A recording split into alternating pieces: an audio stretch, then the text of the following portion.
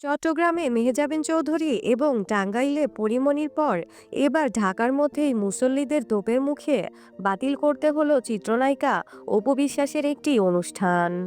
২৮ জানুয়ারি ঢাকার কামরাঙ্গীচরের সোনার থালা নামে একটি রেস্তোরাঁর উদ্বোধনে প্রধান অতিথি হিসেবে উপস্থিত থাকার কথা ছিল ঢাকাই ছবির অন্যতম জনপ্রিয় এই অভিনেত্রীর।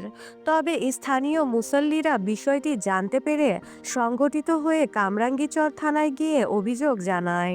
এরপর পুলিশের হস্তক্ষেপে অপুকে ছাড়াই রেস্তোরাঁর উদ্বোধন সম্পূর্ণ হয়েছে। স্থানীয় হুজুরা এসে অভিযোগ করার পর থানা থেকে যোগাযোগ করা হয় রেস্টুরেন্ট কর্তৃপক্ষের সঙ্গে।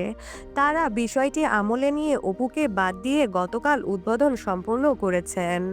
অন্যদিকে থানায় অভিযোগ দেওয়ার পর উপস্থিত মুসল্লিদের কয়েকজন ভিডিও প্রকাশ করেন।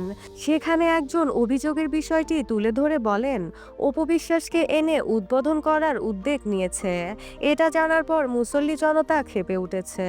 আমরা প্রশাসনের কাছে এসেছি, বলেছি এই কামরাঙ্গীচরে নায়িকা এনে এই ধরনের প্রোগ্রাম করা কিছুতেই ঠিক হবে না।